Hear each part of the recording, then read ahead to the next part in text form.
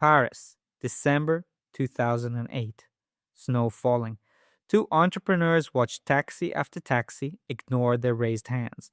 Earlier that week, they'd paid $800 for a private car service on New Year's Eve. Garrett Camp turned to Travis Kalanick.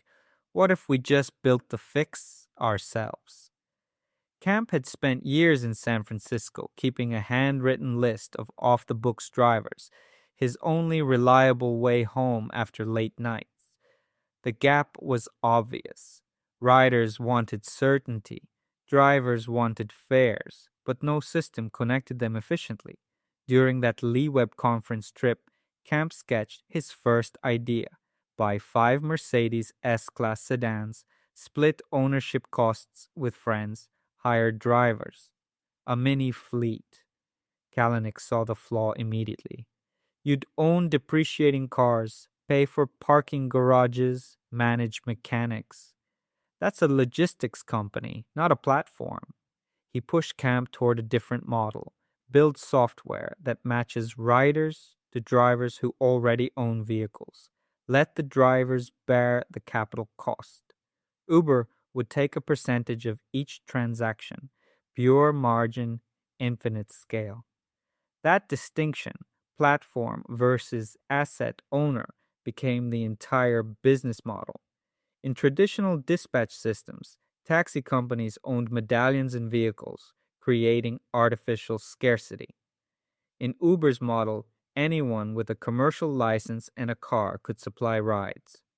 More supply meant lower wait times. Lower wait times meant more riders.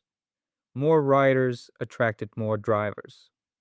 A two-sided marketplace with compounding returns. They raised $200,000 in 2009. Camp and engineers Oscar Salazar and Conrad Whelan built the iPhone prototype. Kalanick joined as advisor. Ryan Graves, hired through a Twitter post, became CEO. Their June 2010 San Francisco launch offered only black luxury sedans, Lincoln Town cars and above, at 1.5 times taxi rates. Expensive, but consistent. Tech workers who'd been burned by no-shows paid the premium gladly. Then the obstacles hit. San Francisco's Taxi Commission sent a cease and desist in October 2010, arguing Uber Cab operated as an unlicensed taxi service. Camp and Kalanick dropped cab from the name and repositioned as a technology platform connecting riders to licensed limousine services, a legal gray zone, not a taxi. The distinction mattered. Limos could pick up pre-arranged rides, taxis could street hail. Uber lived in pre-arrangement. In December 2010, Kalanick replaced Graves as CEO. Graves stayed on as COO, but the company needed someone willing to fight regulators city by city. Kalanick took that role. He also secured $1,025 million in angel funding to fuel expansion.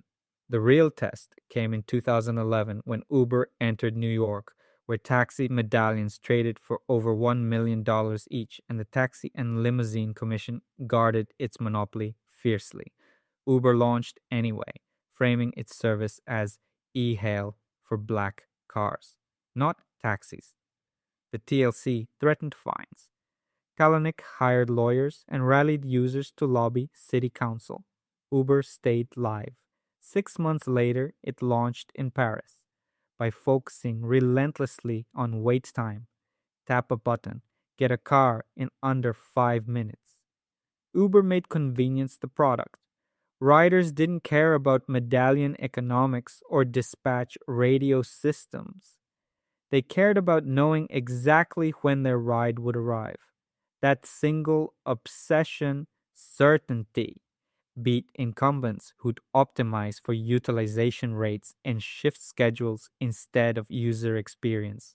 The formula: find a market with artificial scarcity.